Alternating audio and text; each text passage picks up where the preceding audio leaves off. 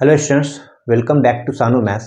आज फिर से हम लोग आ गए क्लास 10th का मैथ्स लेकर। देख लो, क्लास 10th के मैथ्स में आज हम लोग केस स्टडी को सॉल्व करेंगे, जो कि बोर्ड एग्जाम में 12 मार्क्स का आने वाला है। तो आज जो हम केस स्टडी सॉल्व करने वाले हैं वो 4 स्टडी सॉल्व करने वाले हैं, वो 4 मार्क्स का, यानी एक केस स्टडी को सॉल्व कर रहे हैं। तो सभी स्टूडेंट्स अच्छे से देखो ये क्वेश्चन क्या कह रहा है। तो यहाँ पे जो लिखा हुआ है, an aeroplane is a vehicle with wings and one or more engines that enable it to fly through the air. Most people think about inventors of aeroplane was Wright brother. We have discussed about an aeroplane as following. An aeroplane at an altitude of 300 meter observes the angle of a depression of opposite points on the two banks of river to be 45 and 60 degree. देखो ये story दिया हुआ है। यहाँ पे जो कह रहा है एरोप्लेन जो यहाँ पे उड़ रहा है, ठीक है, वो ऊपर से जो है 45 डिग्री और 60 डिग्री का एंगल ऑफ डिप्रेशन बना रहा है, यही नहीं कह रहा है, देख लो। और यहाँ पे कह रहा है opposite points on the two bank of a river. देखो नदी है, बैंक ऑफ रिवर का मतलब नदी का दो किनारा है, और एक किनारा ये है और दूसरा किनारा ये है, और ऊपर से देखने पे एक का एंगल ऑफ डिप्रेशन 45 डिग्री बन रहा है और दूसरे का एंगल ऑफ डिप्रेशन 60 डिग्री का बन रहा है, ठीक है।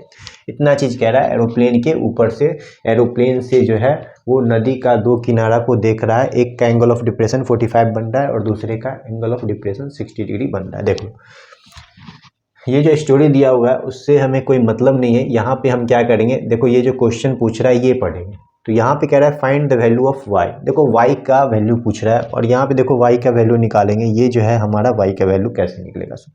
तो देखो इस ट्रेंगल में आ जाएंगे। ये कौन सा ट्रेंगल है, तो PBM है, और ये है हमारा क्या, 45 डिग्री का एंगल बना रहा है, और ये जो है 300 मीटर इसका परपेंडिकुलर है, 300 मीटर, और ये वाई जो है वो बेस है।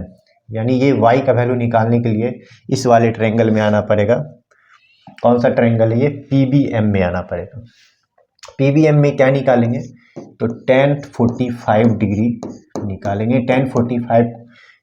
tan थीटा का फॉर्मूला होता है परपेंडिकुलर बाय बेस होता है, ठीक है। तो परपेंडिकुलर इसमें दिया हुआ है, PM दिया हुआ है, तो हम PM लिख लेंगे, और बेस जो दिया हुआ है वो है BM, ठीक है। तो tan 45 1 होता है, और P और M, PM का वैल्यू PM ही दिया हुआ है, वो तो हमें फाइंड करना है। सॉरी, PM का वैल्यू यहाँ पे क्या दिया हुआ है, तो PM का वैल्यू यहाँ पे 300 दिया हुआ है, और B और से लेके M तक का डिस्टेंस Y दिया हुआ है। तो जब Y का वैल्यू हम निकालें तो क्रॉस मल्टीप्लिकेशन करने पे आ रहा है 300 मीटर। देखो तो Y का वैल्यू जो हमें आ गया वो क्या आ गया, 300 मीटर आ गया। फर्स्ट क्वेश्चन देखो सॉल्व हो गया। अब हम दूसरे क्वेश्चन पे आ रहे हैं। कह रहा है find the value of x। तो कह रहा है x का वैल्यू निकालिए। देखो x का ये यहाँ पे देखो, x यहाँ से यहाँ तक ये हमारा x है। तो x का वैल्यू निकालने के लिए हमें क्या करना पड़ेगा, इस वाले ट्रायंगल में tan 60 लगाना पड़ेगा, और tan 60 निकाल देते हैं। देखो tan 60 का क्या होता है फॉर्मूला, फिर से वही फॉर्मूला यूज करेंगे, परपेंडिकुलर बाई बेस। और इसका परपेंडिकुलर क्या है, 300 है, और बेस क्या है, तो x है। देखो tan 60 का वैल्यू क्या होता है, √3, और 300 अपनी जगह पे, x भी अपनी जगह पे हो जाएगा। देखो x को इधर ले आएंगे और √3 को भेज देंगे 300 के पास, तो ये √3 डिवाइड में आ जाएगा। अभी क्या करेंगे, रैशनलाइज करते हैं। जब रैशनलाइज किए तो हमें कुछ इस तरीके से वैल्यू मिलेगा 300√3/3, और x का वैल्यू क्या मिल रहा है, तो 100। ये जैसे ही कैंसिल करेंगे तो क्या आएगा, 100√3 मीटर। तो x का जो वैल्यू आएगा वो आएगा 100√3 मीटर आ जाएगा। ये क्वेश्चन 1 था, और ये हमारा क्वेश्चन नंबर 2 था। देख लो अभी, अब सेकंड में एक क्वेश्चन दिया है, फाइंड द डिस्टेंस PB का डिस्टेंस पूछ रहा है। देखो P से लेके B तक का डिस्टेंस पूछ रहा है। PB देख लो यहाँ पे है, ये डिस्टेंस पूछ रहा है थर्ड में। तो ये है हमारा हाइपोटेनस। देख लो इस ट्रायंगल का हाइपोटेनस है, और हाइपोटेनस निकालने के लिए हम लोग साइन थीटा का यूज करेंगे। तो यहाँ पे साइन 45 डिग्री का यूज कर लेंगे। क्या होता है, परपेंडिकुलर बाई हाइपोटेनस, ये होता है। तो क्वेश्चन नंबर 2 का और वाला बना रहा है, तो साइन 45 डिग्री यूज करेंगे। क्या होता है, परपेंडिकुलर बाय हाइपोटेनस, और हाइपोटेनस क्या है, तो PB। देखो साइन 45 का वैल्यू होता है 1/√2, और ये है 300/PB। PB है, देखो PB को 1 से करेंगे तो क्या मिलेगा, PB मिलेगा, और 300 को √2 से करेंगे मल्टीप्लाई तो 300 √2 मीटर मिल जाएगा।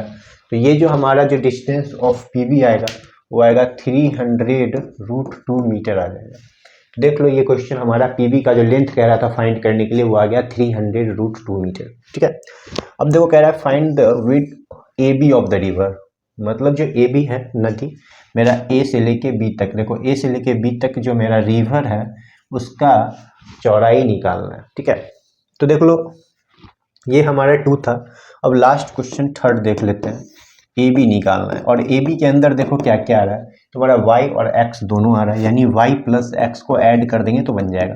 y का वैल्यू 300 है और x का जो वैल्यू दिया हुआ था यहाँ पे 100√3 है, 100√3 है।